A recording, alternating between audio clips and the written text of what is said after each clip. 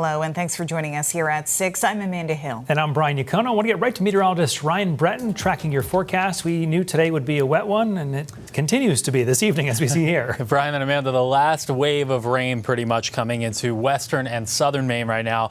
Some downpours moving through the Casco area, the Lakes region, back up into the mountains as well.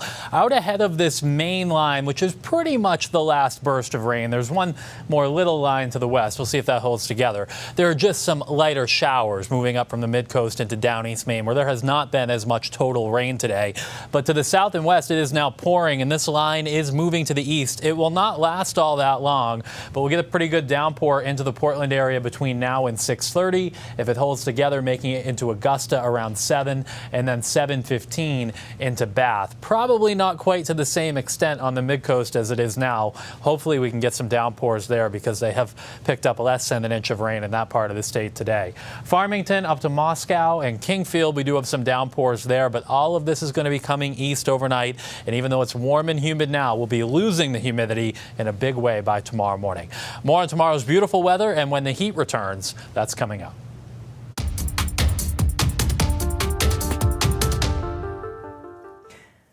A stepfather charged with manslaughter in the death of a 4-year-old is pleading guilty in court. Robert McCoy was arrested in June following the death of Jasper Smith in Lewiston in May.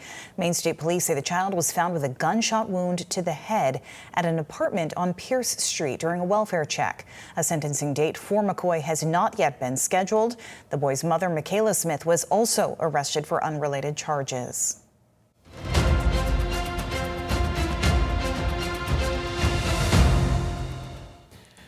Voters here in Maine can now request absentee ballots for the election in November. You can contact your town or city clerk or fill out a request form online. The Secretary of State's office says those ballots will go out 30 days before Election Day, November 3rd.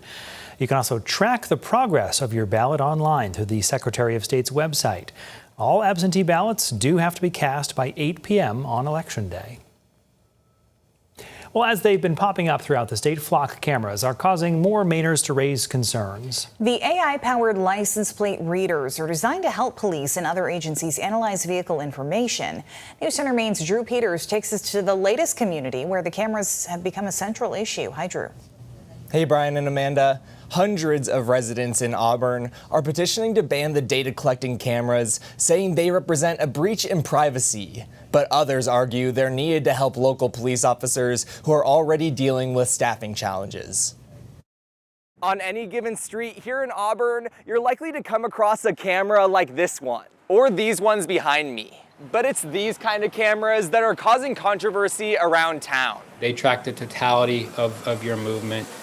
Regardless if a crime has been committed or suspicion of a crime. Owned by Flock, State Representative David Boyer says 6 of these AI-powered license plate readers were installed by the city of Auburn with little public input. These aren't CCTVs, you know, they're not private businesses, they're security cameras or anything like that. This is a international for-profit company. A company he and other community members argue is making a profit with the hundreds of gigabytes of data the cameras collect each day. And it could be abused, it could be leaked, it could be sold, it could be abused by our own government, you know. That's why, you know, we're seeing left and right folks really get behind the movement to get rid of these. Bipartisan support from fellow state legislators and nearly 2,000 residents submitting a petition to the city to ban the cameras. There's been some people, of course, concerned that their freedom is being approached by these cameras. City Councilor Leroy Walker is one of the names on that petition, but he says he signed for a different reason. I think it's such a waste of having that camera out there when there's all kinds of other opportunities for it. Opportunities to help support what he says is a local police department that's already stretched thin. I want them where the traffic is heavy going in and out of the city and the speeders. The speeders, Center Street, Washington Street. And while Walker sees more cameras as a solution, Boyer argues there's a better way to help officers support their communities. We need to get back to more community policing. Both sides now waiting on the city to decide whether the decision to ban the cameras will pass or go to a public vote. I think we can trust our chief and our city manager. Representative Boyer says he and other legislators are also pushing for a statewide ban on flock cameras. These calls come after communities like South Portland have removed their flock cameras in response to the community backlash. In the newsroom, Drew Peters, News Center, Maine.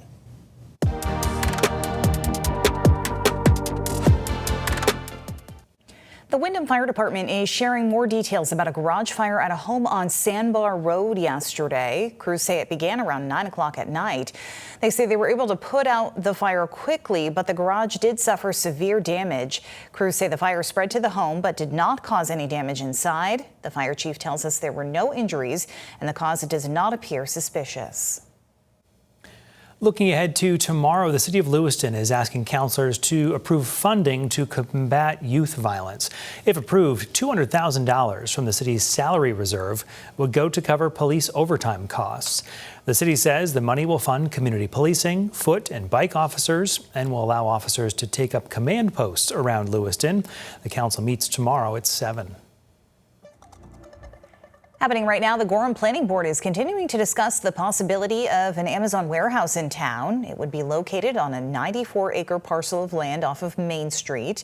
Amazon representatives have said there could be as many as 1,500 delivery trucks per day. Some residents have complained about potential traffic interruptions. Amazon says the warehouse would create 150 new jobs. The Planning Board workshop will run until 7 o'clock tonight. The town of Searsmont is thanking everyone who contributed to a recent fundraising event. The Searsmont Strong Barbecue supported people affected by the mill explosion, which happened back in May. Organizers with the Searsmont Fire Department say they raised more than $54,000. Proceeds are going to the department, as well as the Robbins Lumber Fire Relief Fund and the Searsmont Rescue Department.